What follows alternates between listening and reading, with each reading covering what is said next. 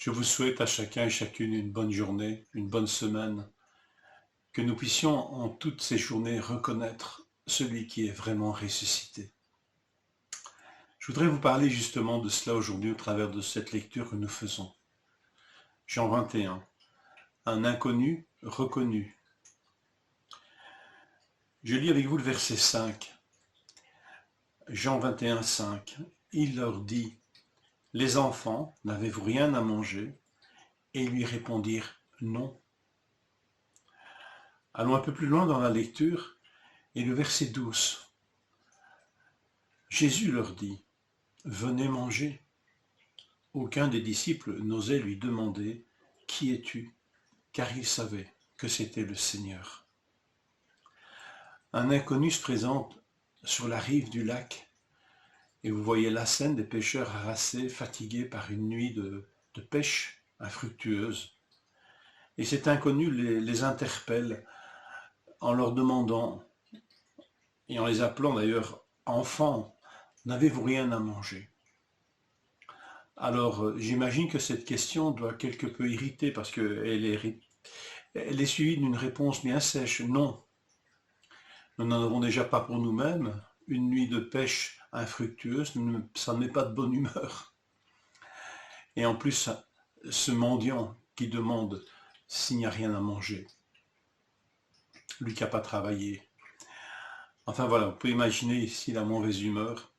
En tous les cas, il est sûr qu'à ce moment précis du récit, les disciples, les hommes qui viennent de pêcher toute la nuit, ne reconnaissent pas cet inconnu.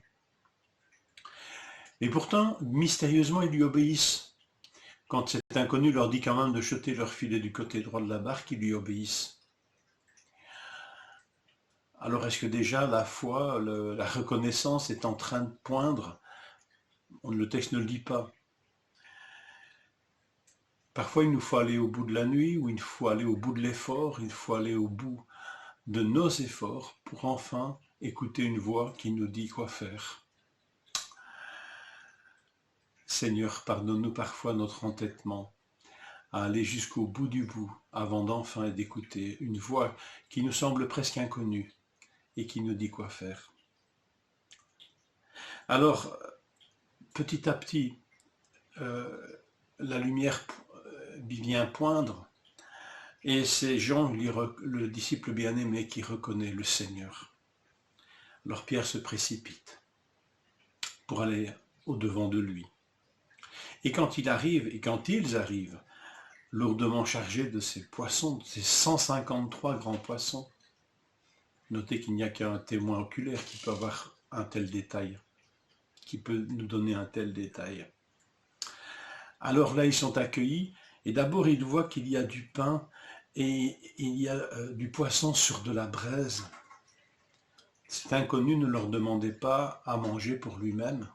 Quand il leur posait cette question, n'avez-vous rien à manger? Il ne pensait pas à ses propres besoins, cet inconnu, qui maintenant pour eux est clairement Jésus.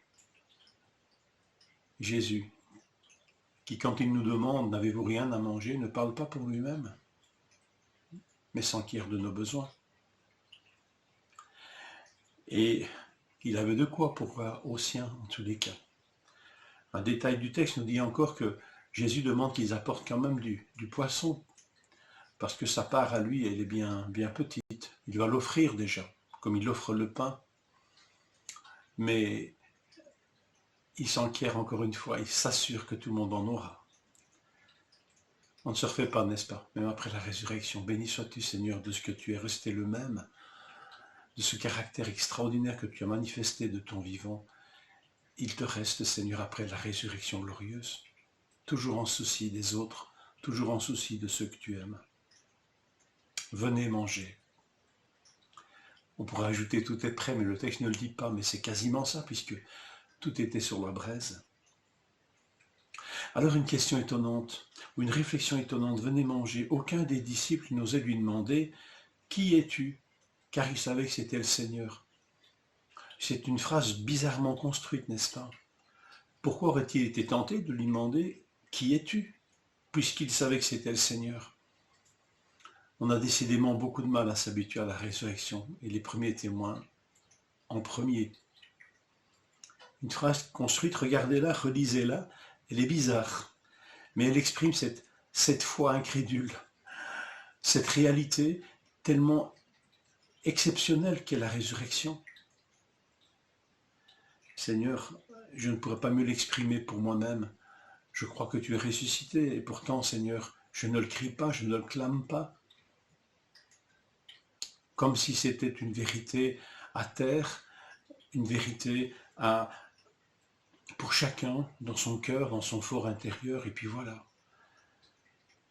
Seigneur, accorde-nous de réaliser combien tu es ressuscité, vraiment ressuscité.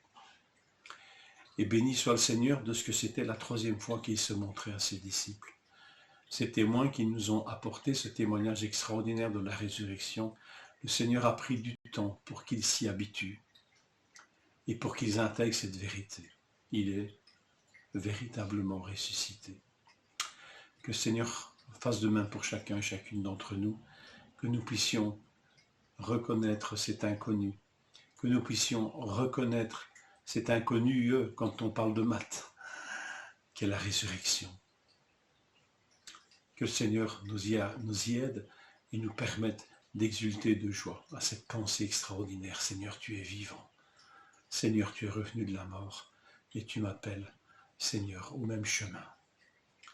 Que le Seigneur vous encourage et vous fortifie. Bonne journée.